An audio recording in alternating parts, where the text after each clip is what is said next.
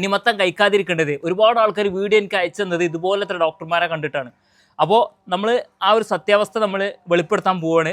ഇത് എല്ലാവർക്കും maximum share ചെയ്ത് കൊടുക്കുക. കാർബൈഡ് കുത്തിവെച്ച ക്യാൻസർ തണ്ണിമത്തനാണ് ഞാനും നിങ്ങളൊക്കെ കഴിച്ചുകൊണ്ടിരിക്കുന്നത്. ഈ സാധനം ഇതിൻ്റെ ഉള്ളിലോട്ട് കുത്തി വെക്കുമ്പോൾ ഇത് കണ്ട, ഇതിൻ്റെ ഉള്ളിൽ കുത്തി ഇതിൻ്റെ ഉള്ളിൽ ഒരു സാധനം കയറാനായിക്കില്ല, അത് റിട്ടൺ തള്ളും. കണ്ട, ഒരു സാധനം ഇങ്ങോട്ട് കയറാനായിക്കില്ല.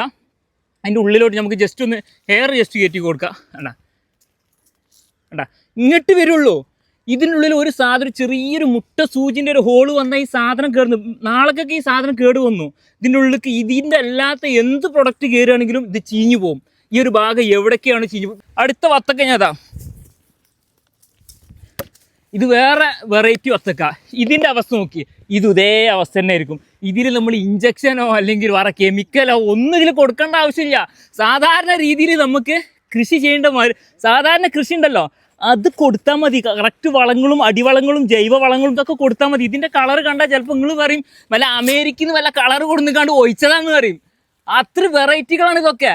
ഇത്രയും അന്തമില്ലാത്ത യൂട്യൂബർമാരെ നമ്മൾ വെറുതെ വിടാൻ പാടില്ല. ഒരിക്കലും നമ്മൾ വെറുതെ വിടൂല. എന്തിനാ ഈ കാർബൈഡ് കുത്തിവെക്കുന്നതെന്നല്ലേ? അതിന്റെ ഈ റെഡ് കളർ കൂടാൻ വേണ്ടിയിട്ട്, മധുരം കൂടാൻ വേണ്ടിയിട്ട്, വളരെ പെട്ടെന്ന് തന്നെ പാകമാവാൻ വേണ്ടിയിട്ടാണ്. എന്തെങ്കിലും കളർ ഉണ്ടാവും, അത് നാച്ചുറൽ ആയിട്ടുള്ള സാധനമാണ്.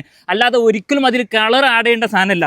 ഇഞ്ചക്ഷൻ ഇത് എന്തിനാണെന്നറിയോ? ഇത് ഒരുപാട് ആൾക്കാർക്ക് തെറ്റിദ്ധരിപ്പിക്കുന്ന സാധനമാണ് ഈ ഇഞ്ചക്ഷൻ ഉണ്ട്.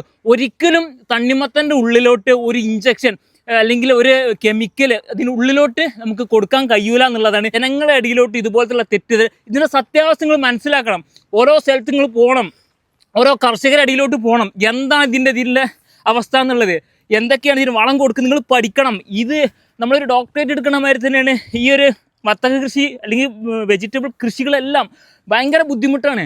ഇതിൻ്റെ അടിയിൽ എന്ത് ഇഞ്ചക്ഷൻ വെക്കാനാണ്? ഈ 10 ഏക്കറും 20 ഏക്കറും 100 ഏക്കറും കൃഷി ചെയ്യുന്ന ആൾക്കാർ ഓരോ വത്തക്കിലും ടണ്ണ് കണക്കിൽ എത്ര സ്ട്രിഞ്ച് കയറ്റണം, എത്ര എക്സ്പെൻസ് ഉണ്ട്. ഇത്ര ബുദ്ധിയില്ലാത്ത യൂട്യൂബർമാരായ അത് നിങ്ങൾ മനസ്സിലാക്കണം. പിന്നെ ഇങ്ങനെ നമ്മൾ കഴിക്കുന്ന തണ്ണിമത്തനില് കാർബൈഡ് കുത്തിവെച്ചിട്ടുണ്ടോ എന്നുള്ളത് നമുക്ക് എങ്ങനെ തിരിച്ചറിയാന്നല്ലേ?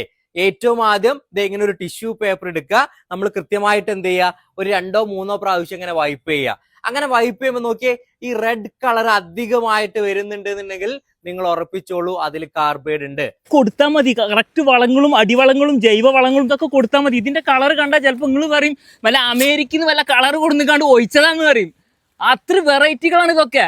ഇത്രയും അന്തമില്ലാത്ത യൂട്യൂബർമാരെ നമ്മൾ വെറുതെ വിടാൻ പാടില്ല. ഒരിക്കലും നമ്മൾ വെറുതെ വിടൂല. ഇതാ ടിഷ്യൂ, ഇതിൻ്റെ കളർ കണ്ടോളി. ഇതിൽ കളർ ഇല്ലാതിരിക്കുമോ? കളർ ഇല്ലാതിരിക്കും.